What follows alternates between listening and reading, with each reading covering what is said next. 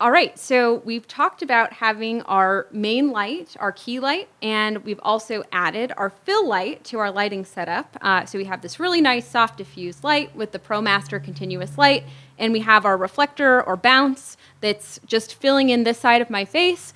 Our next step is adding a backlight or a hair light, which is going to do a couple of different things.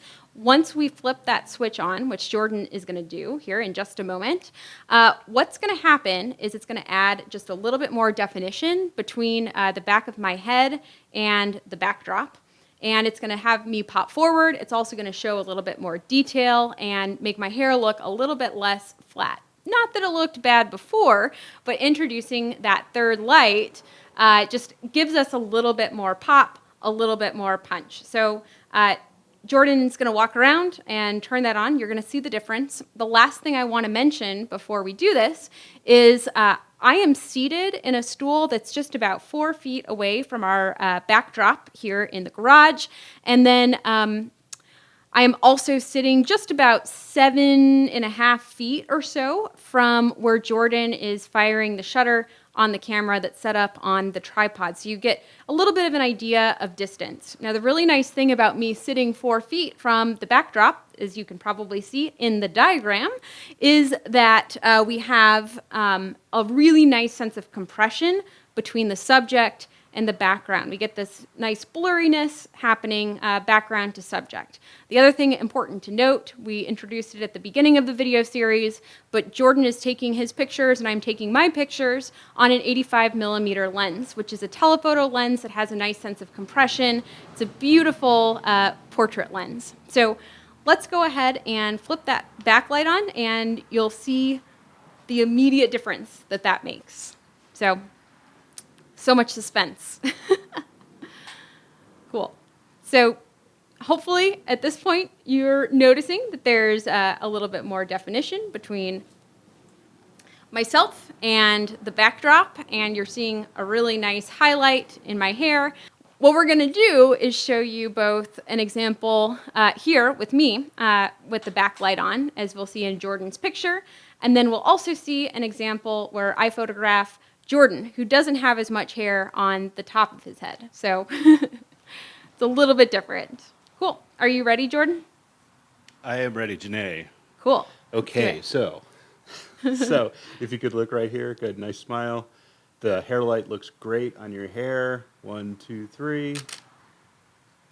Okay, if you could look up to the, that's good.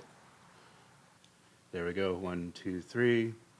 And if you could give me one where you could look up toward the softbox, real, very, yes, longingly or regally, or 1, 2, 3. Excellent.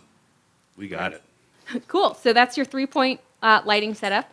Now let's turn the tables a little bit. I'm going to switch with Jordan. We're going to walk around the garage, and I'm going to take a photo of him with the same setup going on. So we're going to switch with a little editing magic, and we'll be in different places.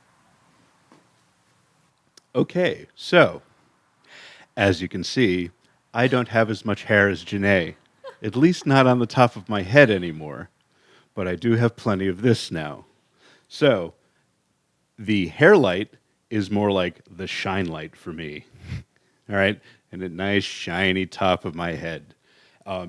This can be used for very dramatic effect.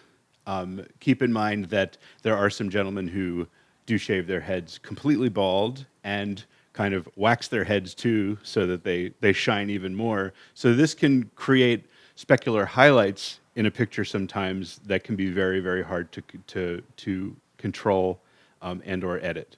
But you can get some really good prisoner or mean faces. Oh, yeah.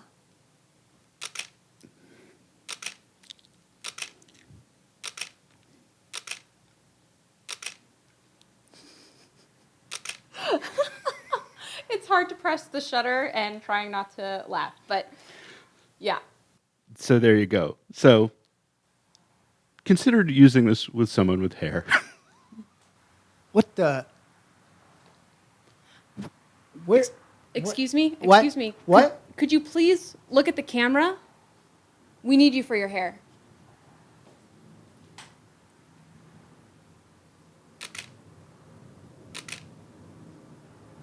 Look a little up for me.